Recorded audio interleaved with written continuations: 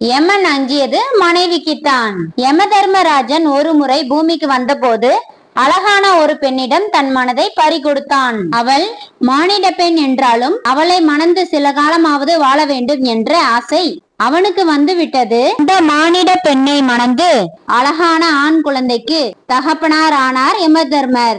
அவர் மணந்த பெண் நல்லவர்தான் என்றாலும் நாளாக யமனுக்கு அவர் மீது சலிப்பு தட்டியது. மேல் உலகம் போய் தப்பி விடலாமா என்று நினைக்க ஆரம்பித்தார்.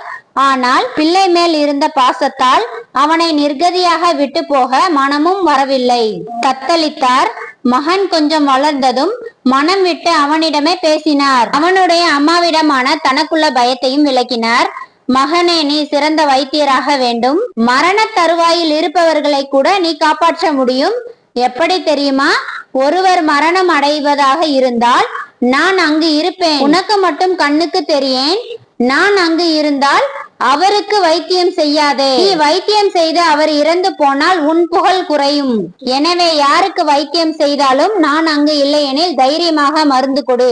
அவன் பிழைத்து எழுந்து கொள்வான். ஆதலால் உன் புகழ் மேலும் மேலும் பரவும் என்றார் யமன்.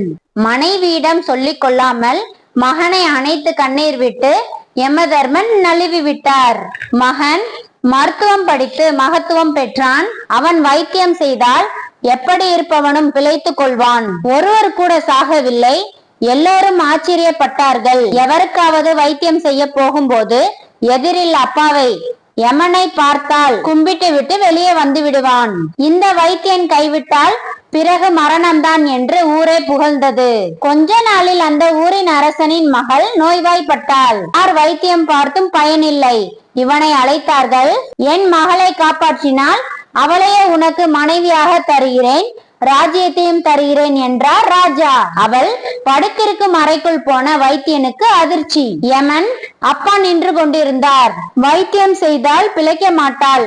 ஆனால் பிழைத்து விட்டால் அழகான இந்த ராஜகுமாரி ராஜ்யம் எல்லாம் கிடைக்கும். இடைஞ்சலாக அப்பா குறுக்கே நிற்கிறார். எப்படி அவரை விரட்டுவது? பளிச்சென்று யோசனை பிறந்தது. வாசல் பக்கம் பார்த்து கத்தினான். அம்மா, அப்பா உள்ளே இருக்கிறார்.